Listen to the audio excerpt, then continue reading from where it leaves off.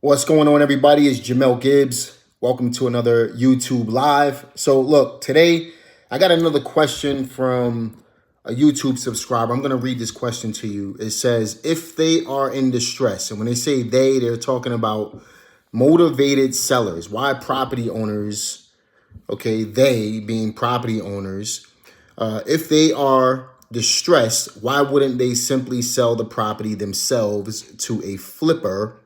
Why would they consider a wholesaler? Great question. So let me just read that to you one more time. If they, meaning property owners, are distressed, wouldn't they simply sell the property themselves to a flipper? Why would they consider a wholesaler?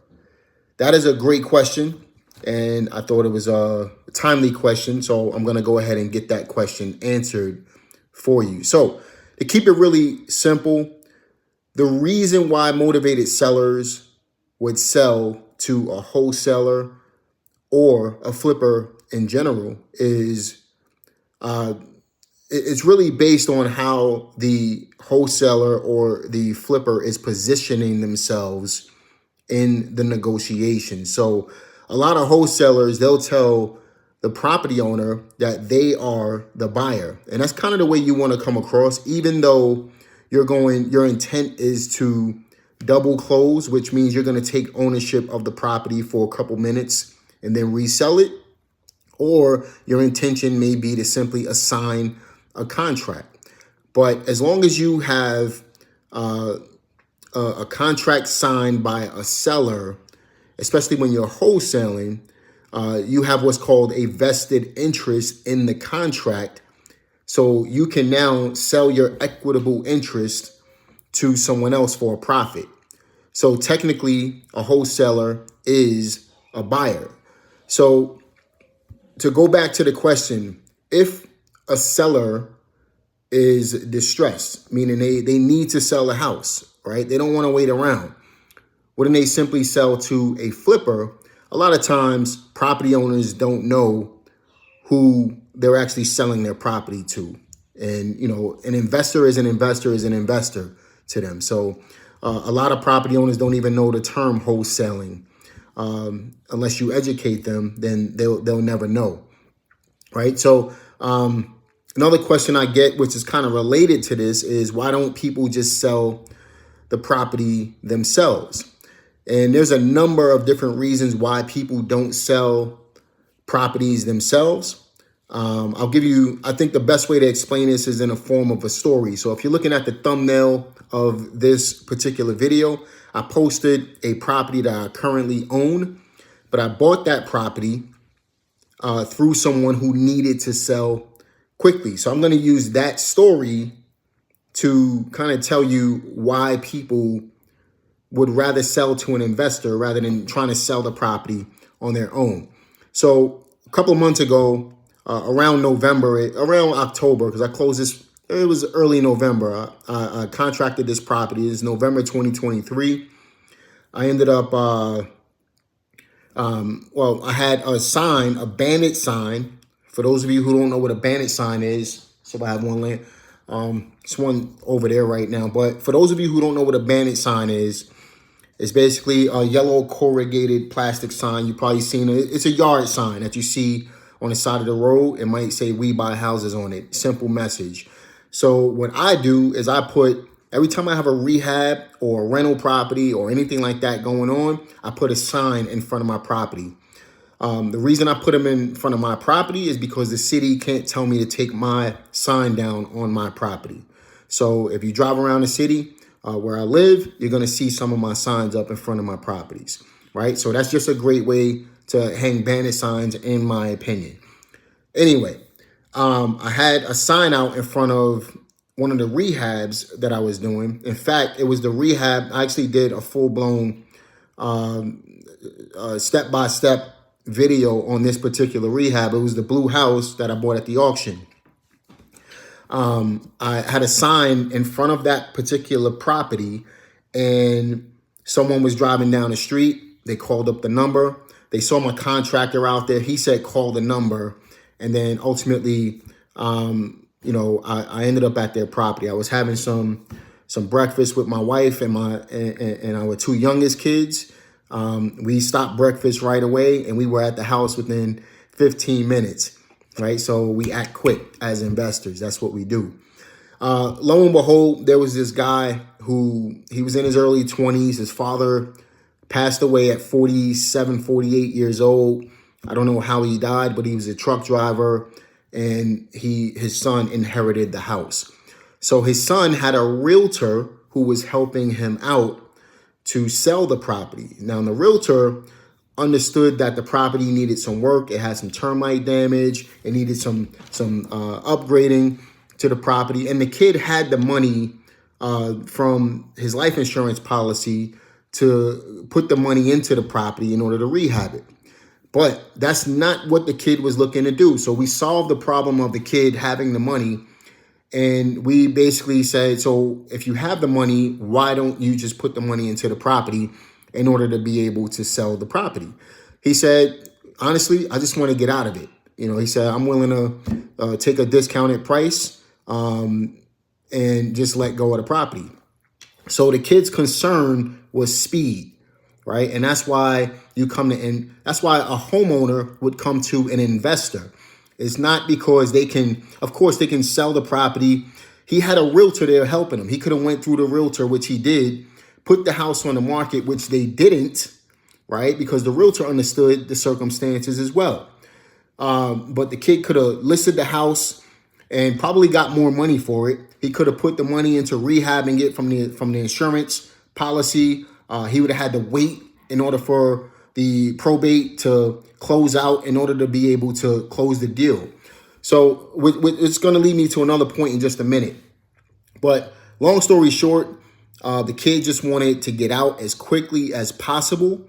And I provided speed in exchange for a discounted property. So that's one reason why people, they would rather go through an investor than list their property on the market or try to sell the property themselves. If you have somebody here who's telling you I can close it within 2 weeks and you'll have the cash in your hand, 9 times out of 10, if it's going to solve their problem, then you're going to get the deal. So us as real estate investors, what we typically do is we solve problems. So I always tell my coaching clients, for example, that we're problem solvers first, right? We're problem solvers first. So we got to market, then we got to market to a specific type of person that we're looking for. We got to find out what their problem is, and then we got to solve the problem. And once we solve the problem, we can materialize the investing side of things, meaning the profit side, right? So this particular kid, his problem wasn't money. His problem was speed. He just wanted to get rid of the property, and he didn't want to go through all the hoops and list the house on the market and all of that stuff in order to be able to get rid of the house. So we solved that problem. We provided speed. And in addition to that, we provided something else. So this is something that his realtor didn't even know. And that's why it's so important to be knowledgeable when it comes to real estate investing, right? So, and this is something I learned over the years. So the kid is going through the probate process. I made an offer on a property for, he didn't necessarily give me a price, but I kind of knew what window, what pocket he was in just by asking him questions. So I offered him a certain price. We ended up at $135,000 for the house. The house today is worth close to $300,000 after I put all the money into it. In fact, I had it appraised this morning because I'm taking out a loan on it. And we should be closing that loan out in 2 weeks so I can go short-term rental or mid-term rental on that house. I did a video on that. You could check that video. I'm not even sure if we could do that on these YouTube lives, but I'll see if I could find a way to clip that video in here somehow. But if not, just go through my YouTube page and you'll have an opportunity to check that video out. But anyway, one thing that he didn't understand, nor his realtor understood. And that's why it's important to get a realtor that understands the game, right? But a lot of realtors don't understand how this stuff works from the investing side. And that's why realtors need to work with investors and investors need to work with realtors. We're not fighting against each other. We're on the same team. Everybody's trying to help the property owner, and everybody's trying to make a profit at the end of the day. I used to be a real estate broker in Brooklyn, so I know exactly what it's like to be on both sides of the fence. The problem is you have realtors that are saying that wholesalers and investors are stealing property. That's not what we're doing. We're providing speed, which is a service to the seller. Anyway, I'm going on a tantrum right now. But what I was going to say was the realtor nor the property owner understood that in order to, when I made my offer on a property, what they thought was they had to wait for the probate case to close in order to be able to sell the property to me. And I've done this 1,000 times. I simply told the realtor, I said, we don't have to wait. In fact, you can use the money that I'm going to provide for you on the property to be able to close the deal out, to be able to help fund the probate and close it out even quicker. The only thing is the property owner is not going to get a check from me up front. The attorney that closes the deal is going to use the funds from the transaction, from the closing, and he's going to sit that money in an escrow account until the probate case is closed. So all I did as an investor is explain that to them. I solved the problem, and then I helped them speed up the process. So today, the kid received over $100,000 check, got his life insurance taken care of, all his father's affairs taken care of. Everybody's happy. But as an investor, if you don't understand how investing actually works and some of the legality stuff through trial and error, then you're really not offering a life support to the seller. So as an investor, always try to be knowledgeable on how investing works. We had a realtor. She didn't even understand what I explained to her. Once I explained it to her, they really wanted to give me the deal because they knew I knew what I was talking about. And the attorney was like, that was a great idea that I gave to them. So we're offering not only a service to provide speed to a seller, but we are also offering knowledge. We're offering information which builds trust with the seller. So a lot of times, going back to the original point, sellers don't necessarily want to deal with the hassle of listing the property on the market, paying a realtor all its commission just for it to sit on the market. They don't want to go through the hassle of trying to find somebody on a We Buy Houses sign. If you can provide a service and you can get to a distressed seller early enough, you provide not only a service but also knowledge and time and speed and all of that stuff, and you can stack on top of the services that you provide, the seller is going to go with you 100% of the time. So why would a seller sell to an investor instead of selling the property on their own? It's because we provide a different level, a different layer of service. We're problem solvers. We eliminate the issue when it comes to time and speed. We can truly help a seller get out of their circumstances as quickly as possible. And that's why someone would rather sell through an investor or to an investor rather than going a different route. It's simply because we provide time and speed. We provide a different level of service. We provide knowledge, and we also provide support. Right. And we're willing to work with the realtors. We're willing to work with everybody, the attorneys and everybody else that's around us in order to be able to facilitate the entire deal. And the seller understands that we need to be paid for our time. So that's I don't know if it was a simplified way of explaining that question. A lot of people have that question. Why would a seller sell to an investor rather than selling it themselves? A lot of people don't want to go through the hassle. That's probably the most simplified way of saying that. And I hope that you guys benefited from that. Let's look at some of the comments that just came in.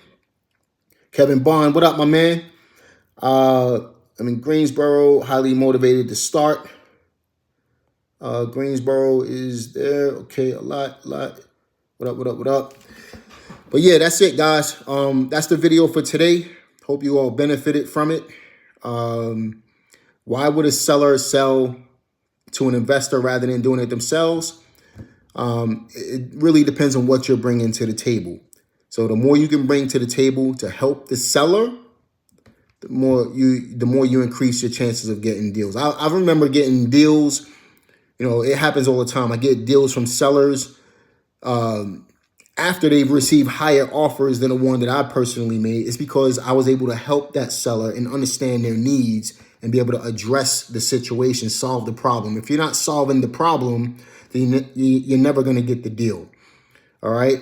But listen, I hope you guys benefited from this video. Leave a comment in the comment section if you have another question.